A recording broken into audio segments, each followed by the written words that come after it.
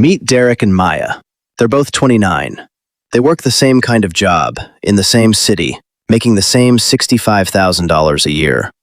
5 years ago, they even had the exact same amount in savings, about $15,000 each. Financially, at the starting line, they are identical twins.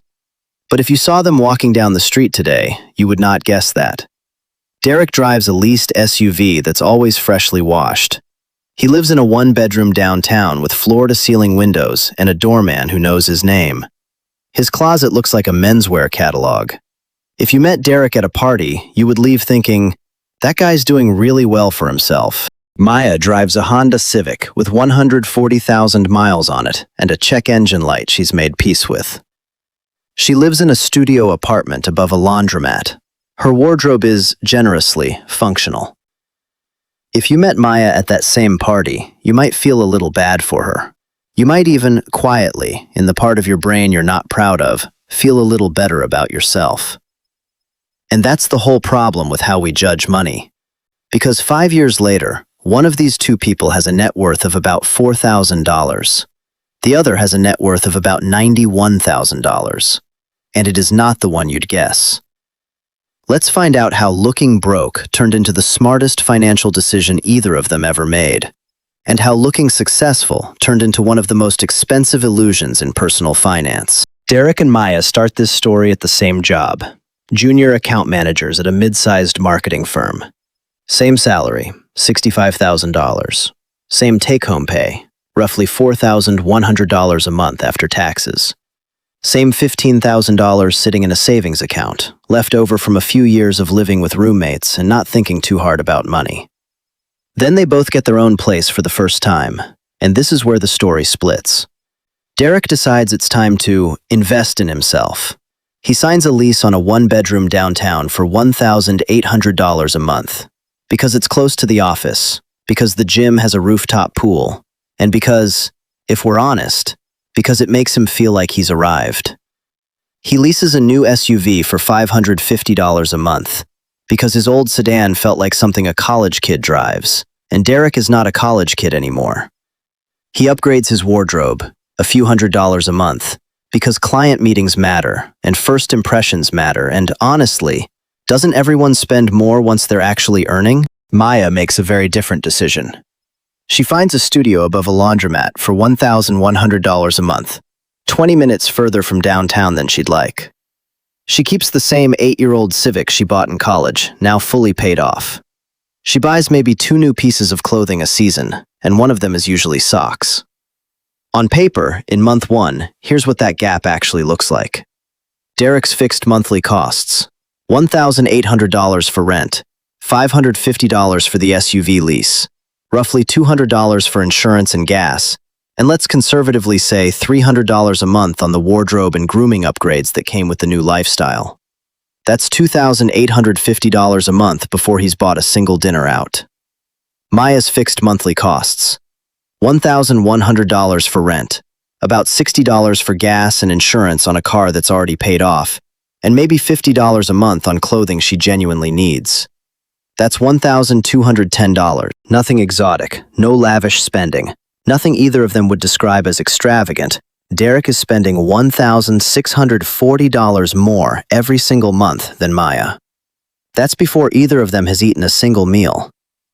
Now here's where people usually get this story wrong. They assume Derek is out there buying yachts and bottle service. He's not. Derek's spending doesn't feel reckless to Derek. Every individual decision, in isolation, sounds completely reasonable. I want to live somewhere nice. I work hard. I don't want to drive a car that might break down. I need to dress well for my job. Each sentence on its own is fine. Nobody's going to argue with any single one of them. That's exactly what makes lifestyle creep so dangerous. It never shows up as one big, irresponsible decision. It shows up as a dozen perfectly defensible ones, stacked on top of each other, until one day your paycheck disappears and you can't quite say where it went. Maya, meanwhile, takes that $1,640 monthly gap and does something almost boring with it. She puts $1,000 of it straight into a broad index fund every single month. The rest, about $640, she keeps as a buffer for the things Derek doesn't have to think about because his newer apartment and newer car don't need much of anything yet. A car repair, a slightly nicer dinner, a birthday gift that doesn't feel like an afterthought. At a 10% average annual return, the long-run historical average for the S&P 500, though obviously no single year looks like that, here's what a consistent $1,000 a month starts to become. After year 1, about $12,500.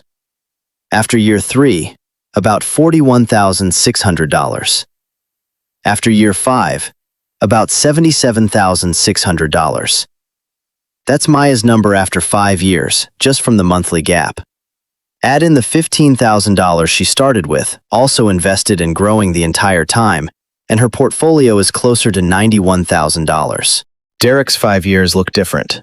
He's paid roughly $33,000 in rent premiums compared to Maya. He's made roughly 5 years of SUV lease payments, which means he owns exactly 0% of that vehicle. He's paid $33,000 over 5 years to drive a car he will hand back at the end of the lease, with nothing to show for it except, hopefully, a clean inspection. His original $15,000? He never invested it. Life happened. A vacation here, a slightly too nice birthday gift there, a new phone because the old one's battery is dying there. It's mostly gone. What's left of Derek's net worth is around $4,000. And if we're being generous, some of that is the resale value of a couch. Right now, some of you are thinking, sure, but Derek's actually living. He has nice things. He goes out. He's not walking around resenting every purchase like some spreadsheet monk. And look, that's a completely fair point, and we're going to come back to it, because this video is not an argument for eating rice and beans in a windowless room for a decade. That would be a different kind of unhealthy relationship with money, and it deserves its own video. But here's what's actually interesting, and it's the part almost nobody talks about. Derek doesn't actually feel like he's living some enormous, luxurious life either. Ask Derek how he's doing financially, and he'll tell you he's comfortable, but it's tight some months. He's not buying anything most people would call excessive. He just spends what he earns on a lifestyle engineered to look successful, and gets nothing durable in return for most of it. That's the trap. The spending doesn't feel like a splurge. It feels like the baseline. And a baseline that expensive leaves nothing left over to build anything with. Here's where the psychology gets interesting, because there's a reason Derek's spending pattern feels so normal to so many people. And it's not because Derek is careless. It's because we are, as a species, extremely good at reading social status off of visible signals, and extremely bad at reading it off of a brokerage account nobody can see. Economists have a term for this: conspicuous consumption. It's the idea that some purchases exist almost entirely to signal status to other people, not because the item itself is worth the money, but because being seen with it says something about you. A designer logo, a downtown zip code, a car brand. None of these make you meaningfully richer. What they do is broadcast a message, and the message is expensive to send. And the uncomfortable twist is this: the people who actually have money often stop paying for the broadcast. Multiple studies on high net worth households have found something researchers call the millionaire next door effect. A huge share of actual millionaires drive ordinary cars, live in ordinary houses, in ordinary neighborhoods, and would never stand out in a crowd. Meanwhile, a shocking number of people driving the luxury cars and living the visibly successful life are financing every part of it, one loan and one lease at a time, with a net worth that would surprise you. Maya isn't poor. Maya has simply opted out of the broadcast.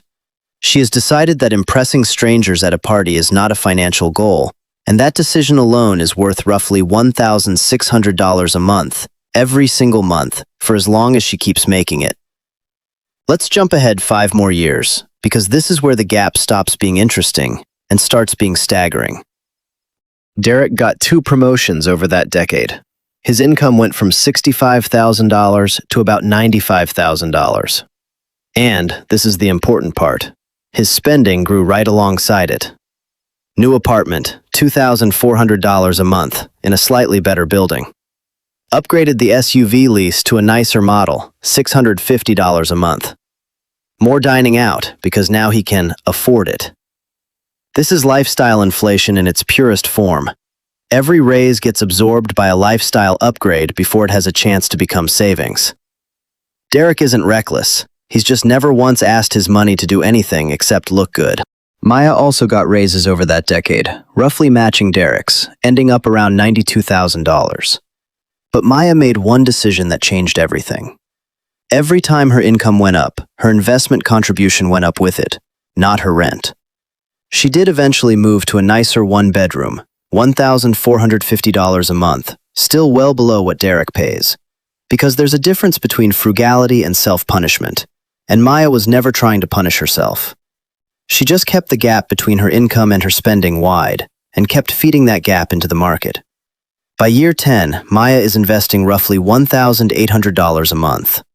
Her portfolio, compounding at that same 10% average, has grown to somewhere around $370,000. Derek's net worth, 10 years in, sits at roughly $8,000, mostly furniture and a car he still doesn't own outright, because he upgraded the lease again in year 7. Let that sit for a second. Two people, extremely similar incomes for a full decade. One has a net worth of $370,000.